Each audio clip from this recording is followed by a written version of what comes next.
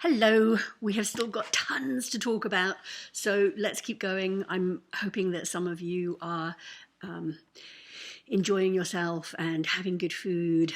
It's a holiday here in the States, so a lot of people are possibly hiding out in the toilet with a small flask of something that they hope no one else can smell. I'm not saying that that's what I did, but you had to make it through somehow, right? Right, what have we got? We've got left and right, we have got logic and emotion, we have got this need to meld the two, we have got a main protagonist who has got a fundamental misbelief that was laid down in their very, very early years. Lisa Cron reckons that fundamental misbeliefs are usually laid down around 7, 8, 9 years old, probably at the latest, and they are the guiding principle by which people see the world. They become how they see the world. So, for example, somebody who believes that they're unlovable is going to hear things coming in from the world and interpret those things to mean that they are unlovable. So if you have got a character or somebody in your life who is easily triggered and takes offense to things easily, there's a very good chance they are seeing the world through this particular lens that tells them, you're right, they're all out to get you because you're unlovable. You're wrong, you're flawed. So have a look for that in your life as well as for in your characters. I want to talk about why the two main bestsellers in the market, romance and mystery, are the two bestsellers. And we're going to start with, I'm using mystery as a very, very broad term because police procedurals fall underneath that umbrella and cozy mysteries fall under that umbrella. Everything, I'm going to use TV examples because it's much more likely that we will have all heard, seen the same things rather than read the same things. So, cozy end is Father Brown. I should say that I watch almost exclusively British TV because I don't live there and I have almost never lived there, and I hanker for a place that has never existed. So I totally believe that this is what England is like. Lovely villages and a lot of dead people. So on the cozy end scale is Father Brown. And that is set in a lovely, lovely English village. And Father Brown has a housekeeper and somebody who helps him in with the pastoral stuff. And he has a relationship with the police officer in town, which very often happens in cozies. The investigator, who is not a professional, has some kind of relationship with a police officer. Sometimes they tangle, and sometimes they're much more friendly, and sometimes there's an arc to that friendship. I hope you're thinking about Sherlock. All the way at the other end is something like Touching Evil, which the giveaway is in the title, right? And that is a very, very dark, looking at the most depraved kind of crime, and very gory. So on this end, we've got, the dead person looks quite decorous and there is no gore, and we're definitely not seeing very upsetting things. In this end, we are diving deep into the psychology and we are seeing dead bodies, and it's pretty grim. But they've got things in common. What have they got in common? And why are they so popular? Now, I can see you all running down to the microphone and saying they're really popular because we understand the formula. And that's possible. That's entirely possible. They are popular because we know that there's going to be a dead body and there's going to be a problem to solve. Ooh, that's pretty interesting, right? The brain loves to be able to solve a problem. There are structural reasons that they work as well. With these long-running programs, I'm trying to think of some American examples. So Law and Order, huge, right? Hill Street Blues, going all the way back. That's one of the very, very early police procedurals that had a long, long run. NYPD Blue, long run. What's the one recently that was out in England? Line of Duty. Ooh, fabulous, fabulous TV. If you haven't seen Line of Duty, you should see it. And what they've got in in common, I'm not going to start again, I'm just not, it's going to be okay that I made a mistake. What they've got in common is they've got this episodic structure. So either in American TV shows, generally there is a crime that's solved in that episode. British TV shows, the crime solving tends to be a bit longer. So it might be a whole season, which is anything from 4 to 6 episodes in British TV. And it could be 3, depending on what it is. Some are a bit shorter. Some of the cozy ones are shorter for sure. So Father Brown, the crime would be within 1 episode. But they've got another thing. They've got what I call the through line. And the through line is probably the life of the primary investigator, their daily life, how they get on with their colleagues, what their relationship with their family is like, if they have a family, because of course investigators don't, because they are driven in a certain way. One of the tropes is that the primary investigator doesn't or can't make long-term relationships because they are driven to solve these things. And we love that single-mindedness. We admire it, even though we don't want to do it. We admire it and we latch onto it. There is something that hits us in a certain feeling place about being that kind of person. So what we're talking about is making our main protagonist relatable in a certain way, making them relatable and making them flawed. That's for the through line part of it. The crime is important. I don't think it's as important as the through line, because the through line is where you're going to get the story elements. The story means what the plot is doing to the character, how the character reacts, how they change, the decisions that they make.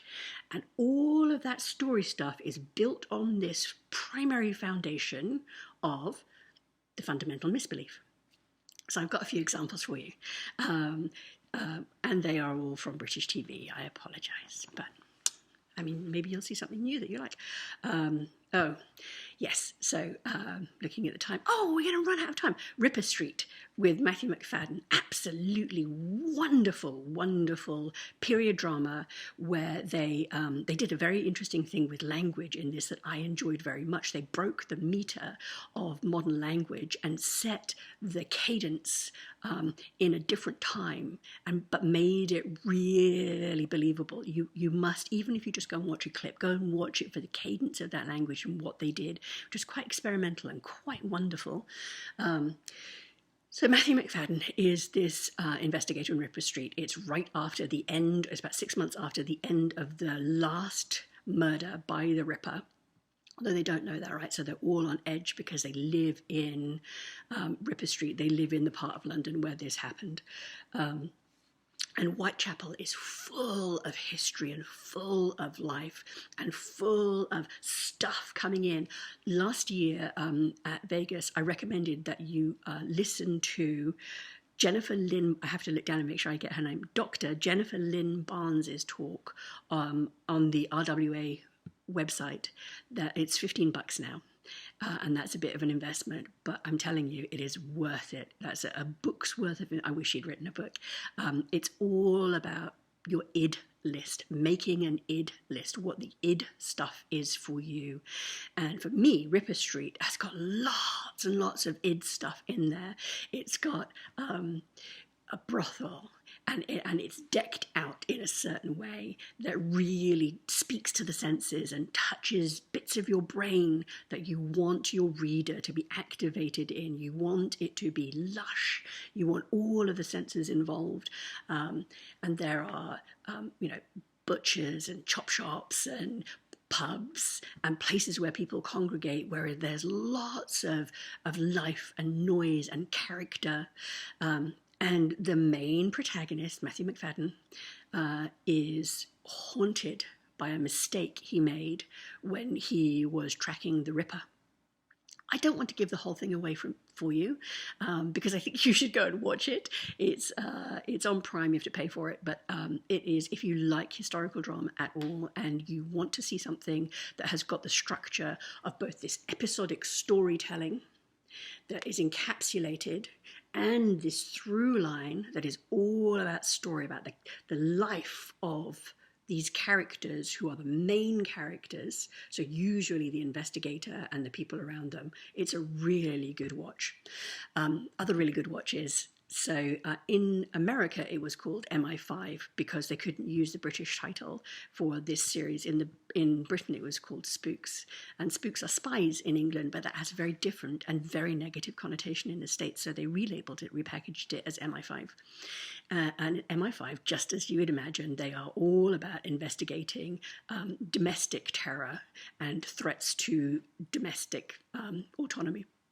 They've got these episodic stories, but they've got this huge back history of the Cold War and places where, we've done a lot of stuff in the world. And so we've got all these characters who have been undercover. And we've got another great thing that British drama brings us, which is the difference between the outside of somebody and the inside of somebody.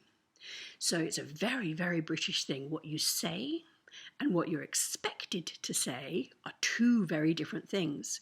So when we see duty being acted out, so let's take, for example, the main character.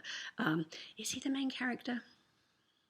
I'm thinking about Harry in MI5. So he's the boss in MI5. Really, there's usually a hero character. Again, Matthew McFadden. I'm not saying that I've got a thing for Matthew McFadden, but he did play Mr. Darcy as well. So it's usually like the head spy who is leading the story, but Harry is the backbone of the office. And you get to know a lot about each of their lives, but as this series builds and builds, I'm gonna cry. Harry falls in love with one of the extremely talented agents, Ruth. And they struggle, a lot like Remains of the Day, they struggle with duty and desire. And that struggle of doing what's right and appearing to do what's right, Ruth struggles with appearing a certain way. You see her misbelief played out on the screen. And their desire to be together really pulls you along. So not only have you got this episodic stuff in structural terms with the through line of their lives, you've also got this struggle with their own misbelief, and in many of these, you've got a different genre. You've got a love story. Now, it's not a love story like I'm trying to think of a decent love story, because of course I went to very, very sad ones, because love story is love story. So it's not a love story in a romance sense, but it's a love story in the sense that these characters want to be together and cannot, which is the central premise of romance, right? We're over time, but I'm going to give you one more example because I don't want this to leak into tomorrow, because I've got other stuff to talk about tomorrow. Whitechapel. Whitechapel is another British murder mystery police procedural. The main character is played by Rupert Penry-Jones, and he plays to type. He is very well heeled. He is clearly Oxbridge. He starts out, he's connected to people who can place him in the police jobs that he's going into. There's a kind of suggestion that the Masons are involved, and there will be handshakes down the line, and he'll get the tap, and he will get to go upstairs, so to speak. And so we're slightly predisposed not to like this very, very well-heeled, well-connected, already had everything sorted out for him character. And he is sent into this precinct in Whitechapel, again, Whitechapel, filled with history, redolent with history. Where you place your story matters, because you've got all this stuff you can play with that we already have in our brains. And so for a lot of Britons, we already have Whitechapel stuff in our brains. We will be thinking about the Ripper. We will be thinking about the Cray twins. And they play on this. They play with it. We've got this main protagonist, and as we start to get to know him, he struggles with his sergeant, another trope, a really reliable trope in these murder mysteries. But we see that he has trouble of his own, and it turns out that he has OCD, and it's pretty intense. We start out in the very beginning with him just straightening things on his desk. Then he gets really angry with the men under his command. There are a couple of women. The people under his command.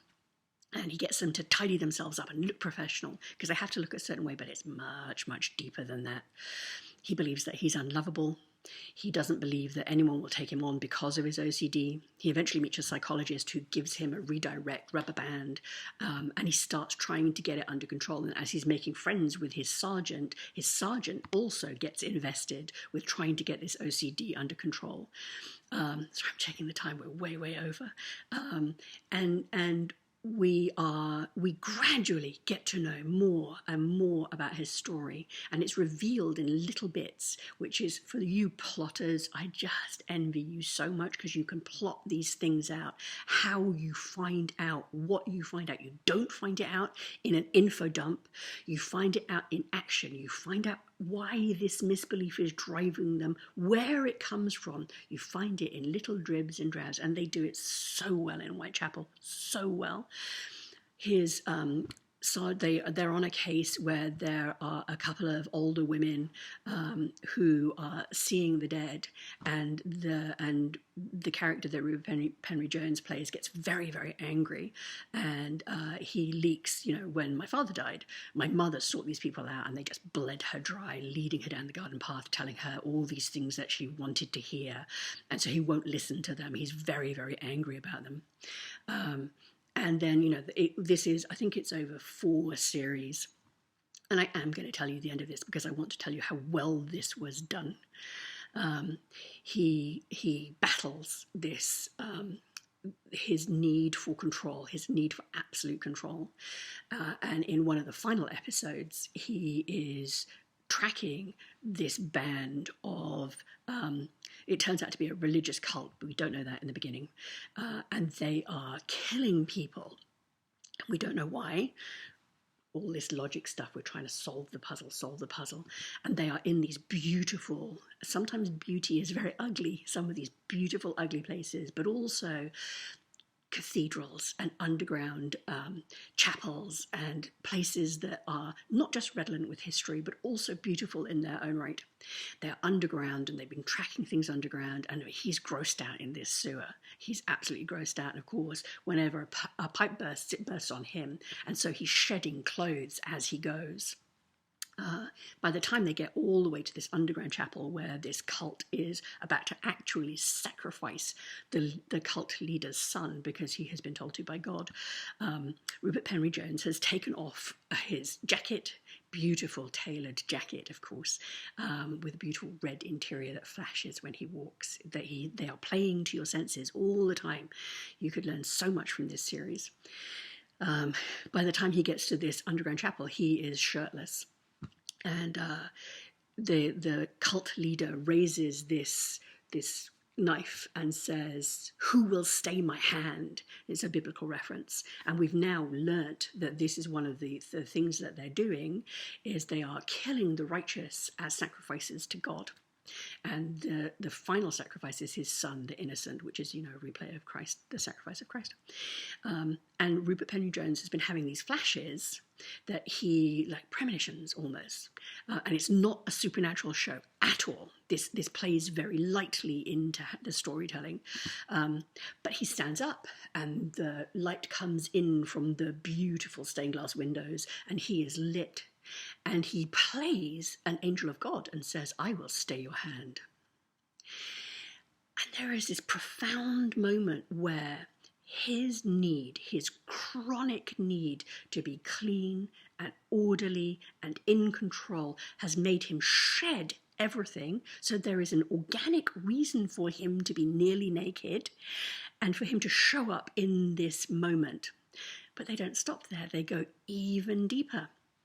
He and his sergeant, who by now are friends, have sought out a medium. And this medium gives them a message about the episodic death in that series.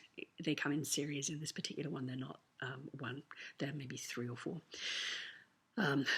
They are solving this crime. And eventually they seek out a medium. And she says, "I'm having trouble hearing this because I'm getting a message from an older man who wishes to speak to you." And he's furious. And having had a medium tell me that my father wanted to talk to me, I understand that fury. Like, I do not want to hear things that I never heard in my whole life now. And he leaves and he goes away and his sergeant follows him. And he said, he never said it to me then. Why should I believe it now? It's a scam. Of course it's a scam. She's reading the room. And his sergeant says, well, she thought you might say that. So she wrote something down and he hands him a note. And he won't read the note. He puts the note in the trash can, and then things go on. He takes it out of the trash can, and he puts it in his desk.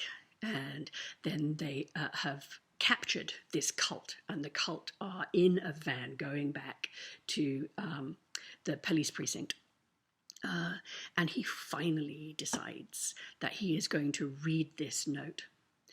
And we learn in this episode that the reason that he needs everything to be so in control is that his father drowned himself. And when you learn that, you remember all of the drowning stuff that has been in this series. I mean, it's London, so it's set by the Thames, but there are bathtub drownings and there are things that are set underground. They have gone deep into this theme and they have layered it through the whole series without you knowing until the very, very end that the reason that there's all this water stuff is he found his father after his father killed himself.